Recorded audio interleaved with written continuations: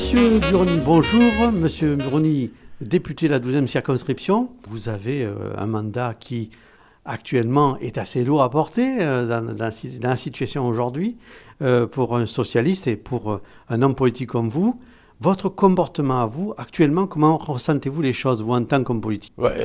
C'est sûr que le mandat de député de la majorité aujourd'hui, difficile à porter, c'est peut-être pas le mot que moi j'emploierais, mais c'est lourd de responsabilité et c'est difficile. C'est sûr que je suis socialiste et que je le reste et que je le resterai, mais je crois qu'aujourd'hui c'est le fait d'être socialiste peut-être, mais surtout député de la majorité, parce que nos concitoyens, ceux qui souffrent, des fois même ceux qui souffrent un peu moins, la solution de facilité et la règle du jeu, j'allais dire même, c'est que ceux qui gouvernent n'en font jamais assez, ou c'est à ceux qui gouvernent qu'on demande d'agir, ce qui est normal.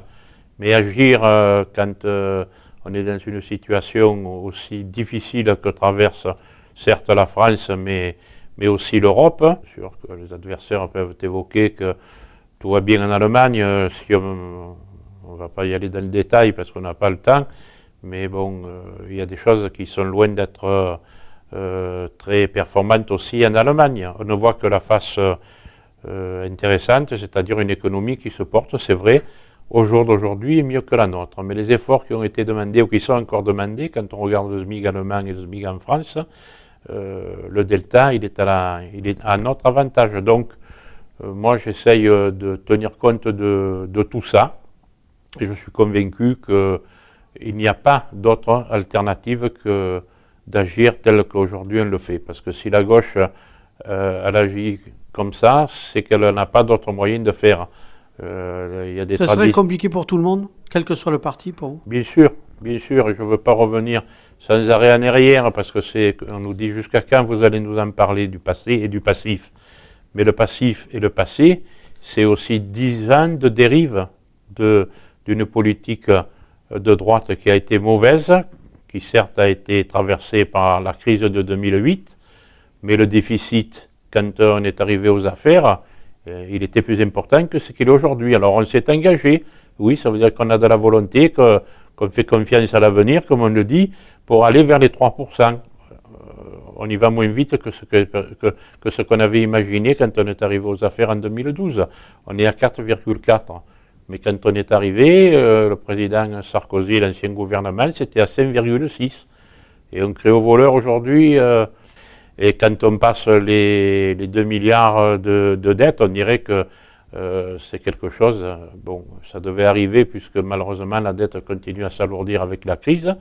Mais l'autre jour, la courbe est passée pour une fois à la bonne heure à l'antenne. Quand Jacques Chirac était aux affaires, il y avait 650 ou 660 millions. Et quand Nicolas Sarkozy a laissé le bébé, on était à 1800. Donc je veux dire, on ne peut pas faire abstraction et penser que 10 ans de mauvaise gestion ou dans la difficulté peut-être, mais de mauvaise gestion, on ne peut pas les effacer aussi vite que ce qu'on le souhaite ou ce que peut-être on l'imaginait aussi. Mais l'impopularité en période de crise, elle va toujours vers ceux qui sont aux affaires. Et quand on se rend compte qu'il n'y a pas une grande popularité de l'autre côté de l'échiquier, ça veut dire que les Français pensent qu'il n'y a pas d'alternative républicaine. Ça vous inquiète, ça? Ce qui m'inquiète, c'est ça. Ce qui m'inquiète, c'est de voir la poussée du Front National. Alors, c'est sûr que quand il y a de la difficulté, une partie des gens qui disent bon, on vous a entendu, ce que vous venez de dire de la droite, vous y êtes, vous dites que vous ne pouvez pas faire mieux, mais le danger, le pire, ça serait d'essayer la troisième voie. Mais c'est sûr qu'une partie des gens qui en ont marre, qui souffrent et tout ça, peuvent être sensibles au Yaka Faucon. Mais je crois qu'il faut...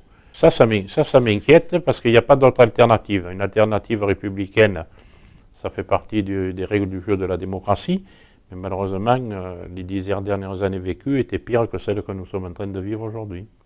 Alors, en tant que député, quand vous faites le tour de votre circonscription, aujourd'hui, Qu'est-ce que vous disent les gens? Pourquoi viennent-ils vous le voir? Les gens qui viennent me voir, j'essaye d'apporter ma contribution pour de l'emploi, pour du logement, parce que ça continue à être ça. Puis après, pour quelques interventions donc, qui relèvent des services de l'État qui n'ont pas donné satisfaction ou des complications dans des dossiers administratifs. Bon, est-ce qu'il y a des dossiers ou des gens qui viennent nous voir qui vous touchent, à vous? Ah oui, bon, ça, je disais, je suis un élu de proximité. Il y a 30 ans que je suis élu, j'ai eu tous les mandats locaux, je les ai exercés. Et des fois, le mandat local avec le mandat national. Et quand vous avez dans votre bureau, quelle casquette que vous ayez, le maire, le conseiller général, le régional ou le député, et quand vous avez des gens qui disent on va être expulsé parce qu'on ne peut plus payer, ou on est logé dans des conditions où les enfants sont toujours malades et tout ça, on ne peut pas y être insensible. Sinon, je pense que le jour où on est insensible à tout cela, il ne faut plus être candidat, parce que si on n'est pas sensible, ça veut dire qu'on ne va pas agir. Et moi, chaque fois, j'essaye d'agir. Je ne promets jamais ce que je ne peux pas tenir, mais j'interviens. Et ça, je crois que personne dans cette circonscription ou partout où je suis passé pourrait me reprocher d'être un élu qui ne traite pas les dossiers ou qui dit oui, puis qui ne s'en occupe pas. Et ça fait partie un peu de ma vie, hein, de mon engagement, hein, le social, les inégalités, voilà. J'oublie jamais, même si aujourd'hui, des fois on me dit, mais tu n'es pas avec les frondeurs, toi, l'ancien syndicaliste, etc., etc. Qu'est-ce que ça veut dire, frondeur, godillot? Moi, j'essaye d'être le plus réaliste. J'espère que je ne me trompe pas et que je fais pour le mieux en restant là où je dois être et en essayant de défendre, de pousser et toujours avec l'espoir qu'on va finir quand même par retrouver un peu de croissance. Et qui dit croissance dira pouvoir d'achat, inversion de la courbe du chômage. Alors, pensez le faire en 2 ans, 2 ans et demi. On n'y est pas encore arrivé, mais... Le rythme d'un député, le rythme de travail d'un député, c'est intensif? Ben oui, contrairement à ce qu'on pourrait croire, c'est intensif. Et moi qui l'ai été, puis qui ne l'ai plus été, puis qui le retrouve, je mesure qu'on légifère de plus en plus. Et le travail, il n'y a pas de répit, quoi, hein. Les travails en commission, tout ça, on ne le voit pas, ou alors on vous fait voir l'Assemblée quand il n'y en a que 30 ou 40, mais quand on n'est pas dans l'hémicycle, on est dans des commissions thématiques, on est en train de préparer ou de défendre des amendements. Je crois qu'on doit se revoir dans quelques mois pour revoir un peu où vous en êtes, toujours avec ce travail de député qui est assez conséquent. Et vous tenez comme ça sur votre blog à continuer à informer les gens. Ben, j'essaie de le faire pour le mieux, parce que bon, puisqu'on a cet outil maintenant, et que de faire la lettre du député dans les boîtes aux lettres, ça prend du temps. Bon, aujourd'hui, il faut essayer de travailler en espérant que le citoyen aussi qui est intéressé va sur le blog. Maintenant, quand on m'écrit, je réponds aussi par écrit, quoi, hein.